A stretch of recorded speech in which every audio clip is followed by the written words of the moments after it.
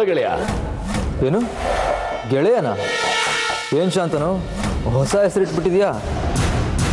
ಅಲ್ವಾ ಮತ್ತೆ ನಂಜುಗುಡಿ, ಯಾರು ನಮ್ಮ ಪರವಾಗಿ ಕೆಲಸ ಮಾಡ್ತಾರೋ, ಯಾರು ನಮ್ಮ ಮನಸ್ಸನ್ನು ಅರ್ಥ ಮಾಡಿಕೊಂಡು ನಮ್ಮ ವ್ಯವಹಾರದಲ್ಲಿ ಅವ್ರನ್ನ ತೊಡಗಿಸ್ಕೋತಾರೋ ಅವರೆಲ್ಲ ನಮ್ಮ ಗೆಳೆಯರೇನೆ. ಏನಂತೀಯ? ಥ್ಯಾಂಕ್ಸ್ ಶಾಂತನು.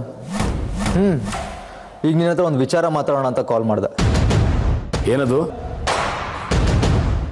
ಈಗ ನಮ್ಮ ಮನೆಗೆ ಹೊಸ ಗೆಸ್ಟ್ ಬರ್ತಿದ್ದಾರೆ.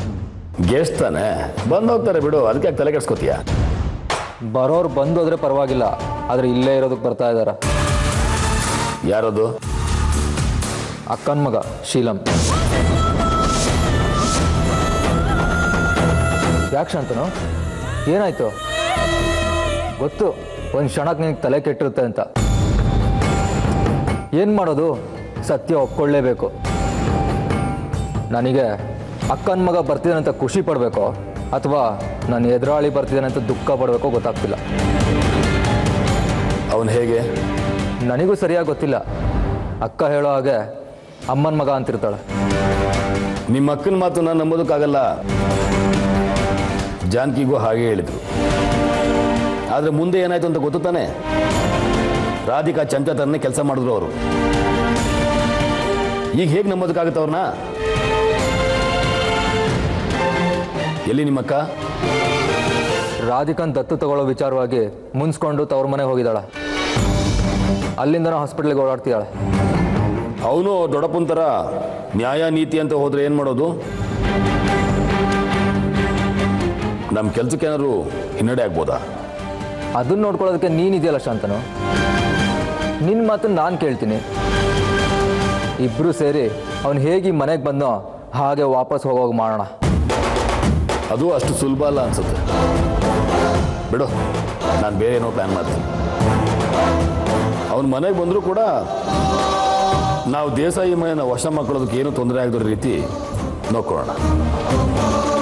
ನೋಡು, ನಾನು ಶಾರದಾ ಮಗ ಅನ್ನೋದು ಮನೆಯಲ್ಲಾಗಲಿ ಶೀಲಂಗಾಗಲಿ ಗೊತ್ತಾಗಬಾರ್ದು. ಕೆಲಸ ಕೆಟ್ಟೋಗುತ್ತೆ. ಹೇಳಿದ್ರೆ ನೀನು ಹೇಳಬೇಕಷ್ಟೆ. ನಾನಂತೂ ಅಕ್ಕಂಗೂ ಹೇಳಲ್ಲ ಈ ವಿಚಾರ. ಸರಿ, ಅವನು ಬಂದಮೇಲೆ ಅವನೊಂದು ಸ್ವಲ್ಪ ನಿಗಾ ಇಡು. ಏನಾದರೂ ಮಾಹಿತಿ ಸಿಕ್ಕಿದ್ರೆ ನನಗೆ ಫೋನ್ ಮಾಡು. ಓಕೆ? ಸರಿ ಶಾಂತನು. ಶೀಲಂ ಸಾಹೇಬ್ರೆ, ನೀವು ಹೇಗೆ ಬಂದ್ರೋ ಹಾಗೆ ವಾಪಸ್ ಹೋಗೋದೊಂದೇ ದಾರಿ ನಿಮಗೆ. ನಿಮ್ಮ ಪಾಡಿಗೆ ನೀವಿದ್ರೆ ಶೀಲವಂತರಾಗಿ ಇರ್ತೀರಾ. ಮುಂದುವರೆದಕ್ಕೆ ಏನಾದರೂ ಬಂದರೆ, ಈಗಾಗಲೇ ದೇಸಾಯಿ ಮರದಲ್ಲಿ ಒಂದು ಕೊಂಬೆನ ನನ್ನ ವಶಕ್ಕೆ ತಗೊಂಡಿದ್ದೀನಿ. ಗೊಂಬೆ ಥರ ಇದ್ಬಿಡಿ.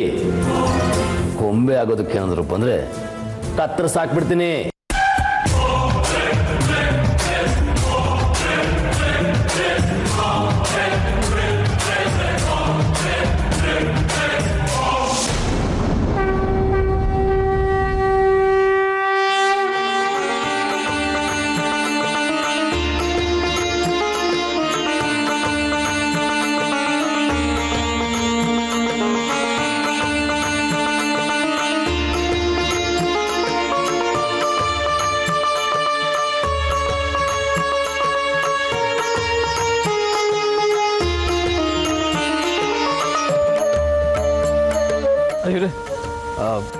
ಇದು ಯಾವ ಊರು?